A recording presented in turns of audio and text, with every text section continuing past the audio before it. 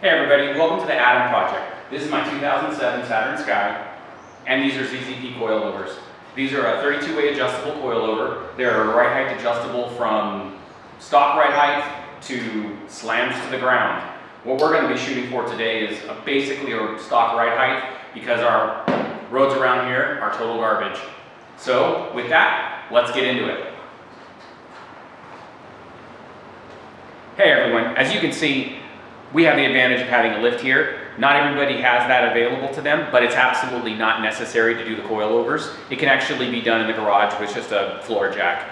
Since we do have the lift, we're going to go ahead and take advantage of it. So let's get the tire off and get this thing started.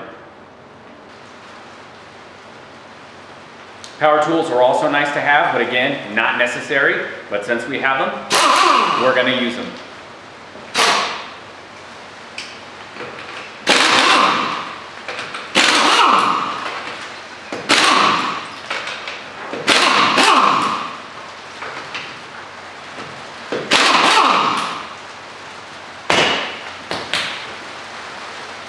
Get the tire out of the way. So they're just a handful of tools that you need to do this on the front. Essentially what I've got is an 18mm wrench, a 15mm wrench, a 13mm wrench, a 13mm deep socket, a 15mm deep socket, and a 5mm Allen key. This is optional, but it makes it a little bit easier to do the job because this upper bolt sometimes will twist depending upon the age of the whatever this stupid thing is. And if it does, then you're going to want to use this to hold it while you use the wrench to loosen it up. So they're basically 5 bolts and 1 electrical connector that you have to remove from the front to get the lower control arm to drop down and to pull the existing coilover assembly out. We're going to start with the 18mm on the upper control arm and remove that, and follow it up with removing the anti-locking brake connector. So let's get that going. Alright, so the first thing we're going to do here is we're going to remove the anti-locking brake connector. It's located just behind the rotor on this side, and all you have to do is aggressively press on the connector to free it up and then pull it out, and then just locate it outside of the area of where you're going to continue to work so it doesn't get snagged up on anything. The next thing is we're going to take an 18mm wrench and we're going to loosen up the nut that's on the bottom of this upper control arm. So let's get started with that.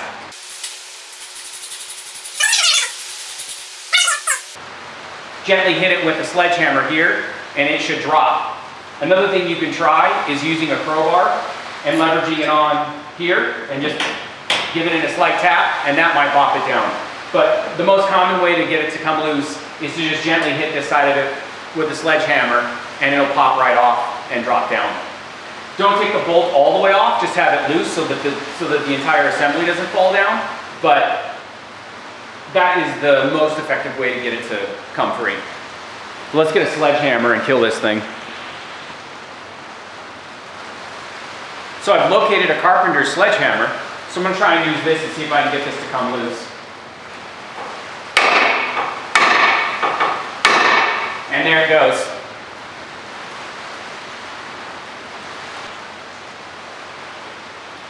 So now that we have the upper control arm loose, we're not going to pull the bolt out all the way yet, because if we do, this thing's going to move out of the way, and we want to keep everything in place until we are in the position to pull the actual coilover out. So what we're going to use now is a 13mm long socket and a 13mm wrench to loosen up the lower bolts on the existing shop assembly. So let me get going on that right now.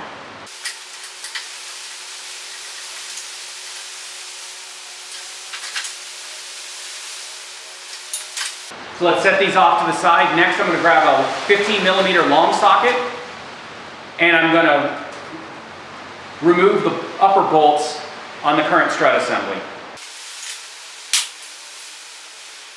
So for the upper bolts on the strut assembly, you can reach one of them from the inside here. You don't have to remove the fender liner. You can reach it from inside here with a wrench, and then the other one you can reach from inside here. One thing you do have to consider is when you're working in here, if you don't have all of the adjustable articulating socket pieces, you probably have to remove the resonator so that you can gain access to the actual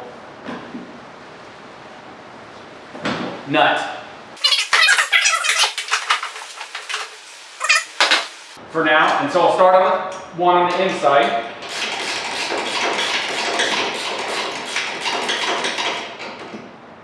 And you can't reach a ratchet in there, but definitely a wrench will work.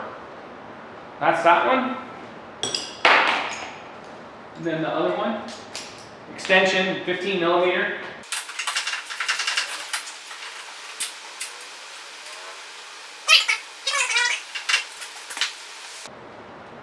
Now that we have the 2 bolts on the top and the 2 bolts on the bottom removed from the existing coilover assembly, we're going to completely back out this upper control arm bolt, allow the entire knuckle assembly to move away, and then we can pull the strut out. So let's start on that.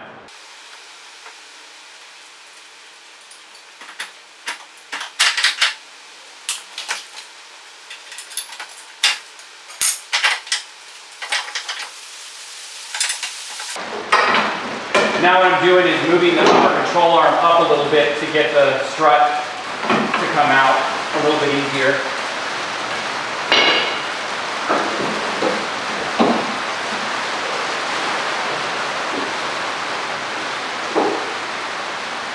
And there you have it, it's out. So now what we're going to do is we're going to compare this with the ZZP coilover and set the span very close to this as we can, so that way the ride height is stock. I'm going to leave it stock for now. Once everything's done, the spring rate and everything settles after I've driven it around a little bit, and then we come back in and make some adjustments to determine where we want the final ride height to be on the car. But for now, we're going to stick with a stock ride height, because basically this is the best condition of these that I have. As we get to the back, you'll see that both of the rears are completely blown out. So I opted for going with the coilover from ZZP rather than replacing with stock replacement Bilsteins. So let's get to the next stage of this.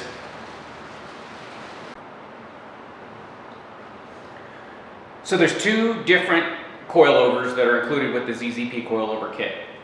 The fronts are 12K spring and the rear are 6K spring. So you want to pay attention to that when you're putting them on, or else it'll be really annoying later on down the road when you have to swap them. Also, it comes with its own hardware, so make sure you remove that hardware before you go to set it in and use this hardware. These upper bolts are 14 millimeter as opposed to the other ones being 15 millimeter. The lower ones are the same. So I'm going to get this installed now. And it goes in the same way it came out. It's just a lot easier because this is a smaller overall profile.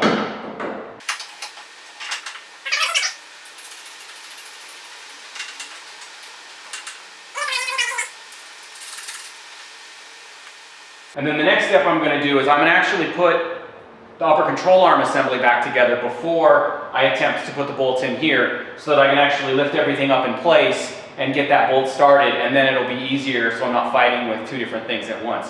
So let me grab the hardware for that.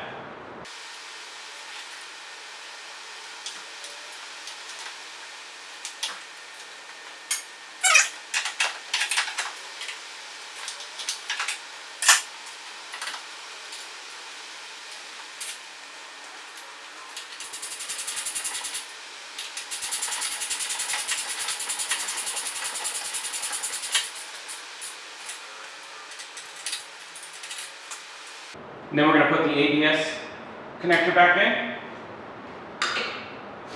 And now we're going to put the lower bolts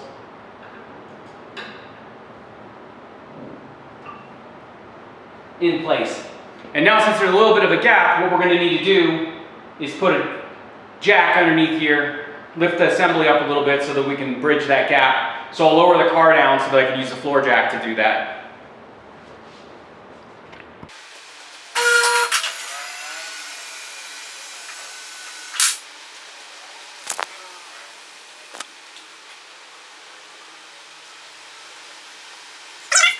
Here are the bolts. Here are the nuts. So we'll set these off to the side here, and we'll get the floor jack and get this elevated up.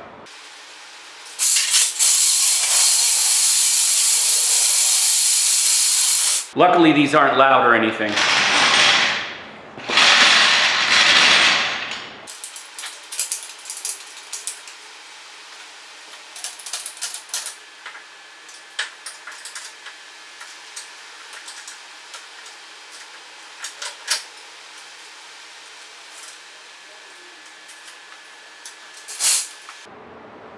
So there we go. We just got to tighten some bolts up, check everything on their proper torque settings, and we'll get on to the next side.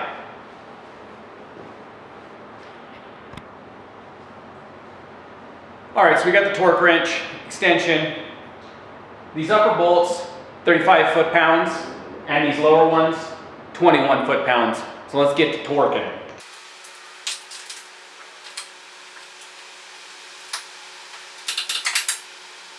I have a trick for the inside one, but this is flexible, so you could theoretically use this, but I actually have a special tool, so I'm going to use that instead.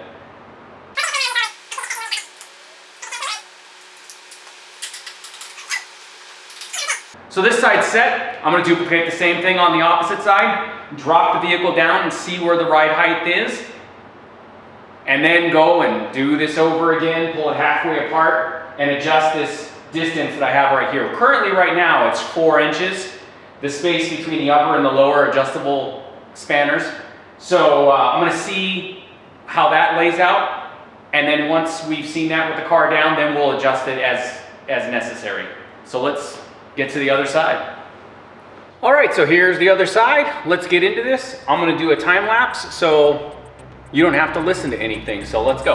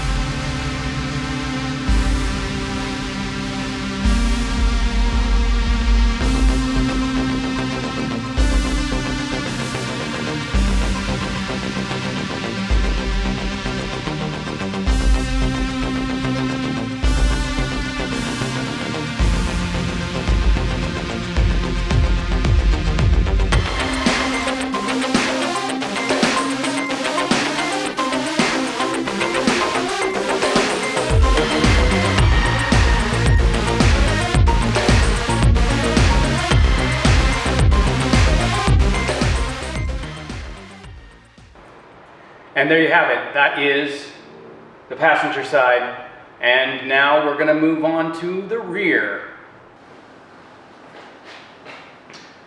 Welcome back, everybody. It's day 2 of the project and the second half of the coilover setup. Today we're working on the back end of the car, and we're going to go ahead and get these installed. These are the 6K springs. So this is what goes on the back, and we've set the ride height between the spanner to 4 inches, same as the front. I don't know what that means, other than the fact that I'm hoping it's stock ride height. What we'll do is we'll get them set in as they are, and let the car settle, see how it lays out, measure the wheel gap, and determine from there what we're going to actually have the permanent ride height set to. We'll have to come back in, adjust them up, and then see how that rides. So let's get onto it.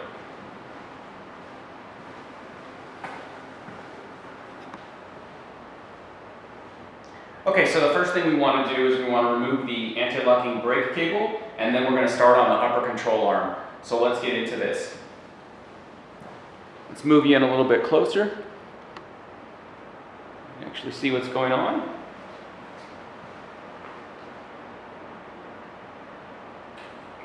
Pull the ABS brake cable out of the way. Using an 18mm, we'll start to loosen the upper control arm.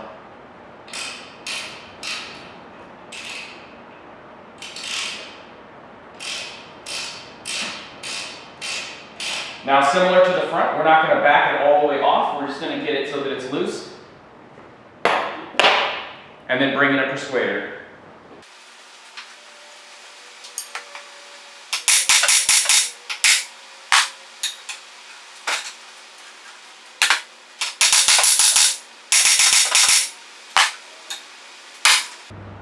Okay, so I've discovered that with a little bit of persuasion, you can actually get the fiberglass tub that's in the trunk to flex enough to get the ratchet wrench into place over the socket so that it actually can be removed quickly. Otherwise, it would have been a disaster.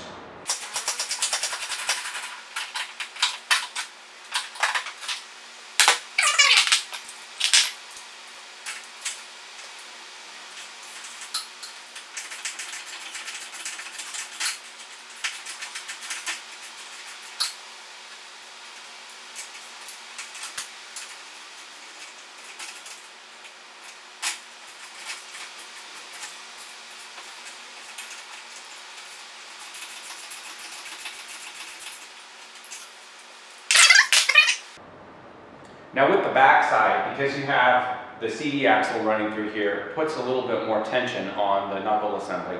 You probably are going to need to use some sort of leverage device to bring the knuckle down enough to allow the old strut to come out and the new one to go in. So let's get started on that. So the new coilover goes in the same way that the old one came out. Starting from the back side.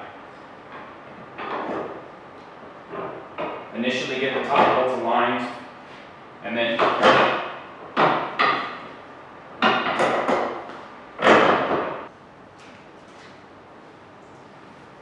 so to get the knuckle reattached to the upper control arm, it requires a little bit of leverage from the bottom.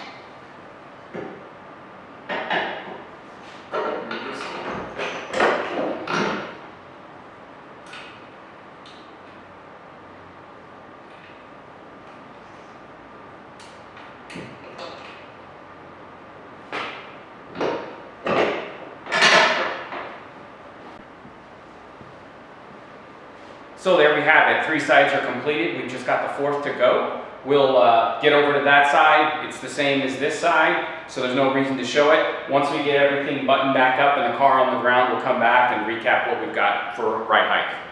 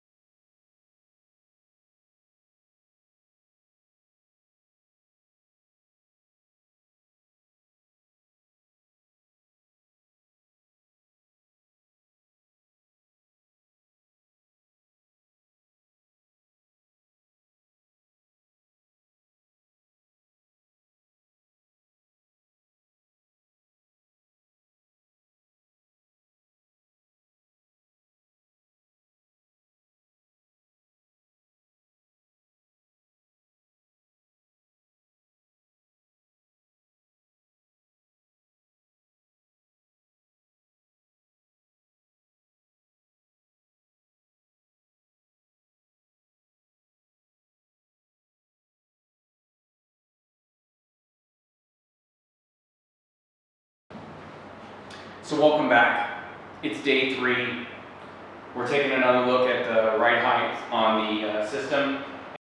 So we let the car settle overnight to determine the ride height and immediately found that it was just way too high. It was straight 4x4 mode, not something we want to do. So we're going to get started on removing the tire and adjusting it down approximately an inch and see where that sets us.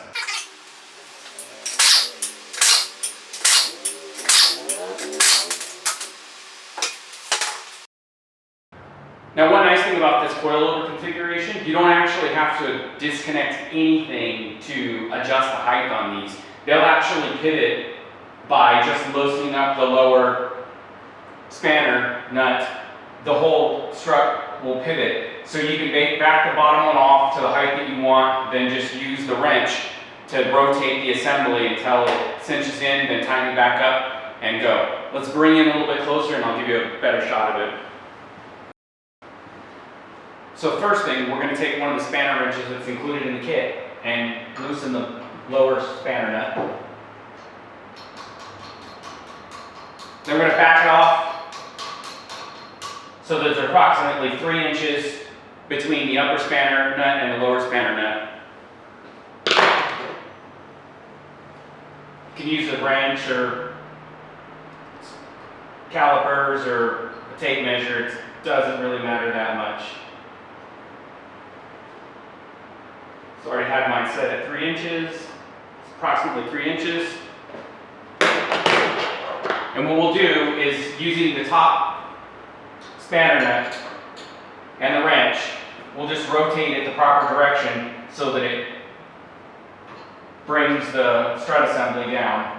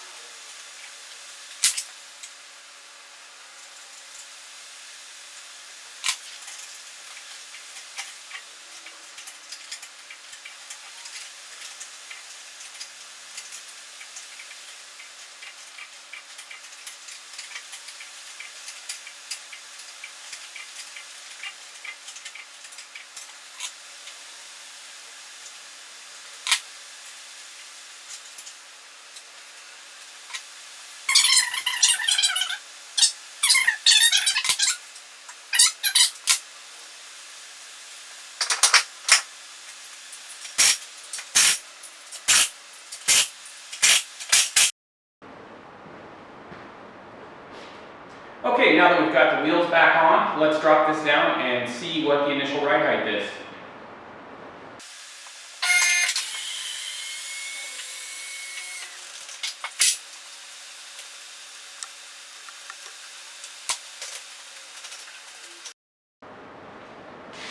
So I like to measure from approximately the bottom of the wheel up, and it's showing 16¼ inches.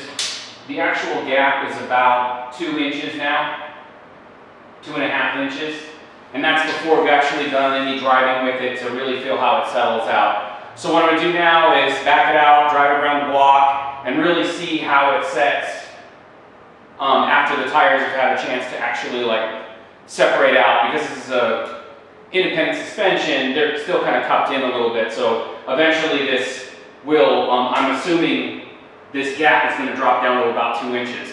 Now, the distance between the spanner nuts on the coilovers has no direct correlation to the height, the ride height. So if you move it 1 inch, it's not going to be exactly 1 inch because the coils are not straight up and down, they're at a slight angle. So there is some ratio, but trust me, I'm not going to go through every possible combination and figure out what that curve is.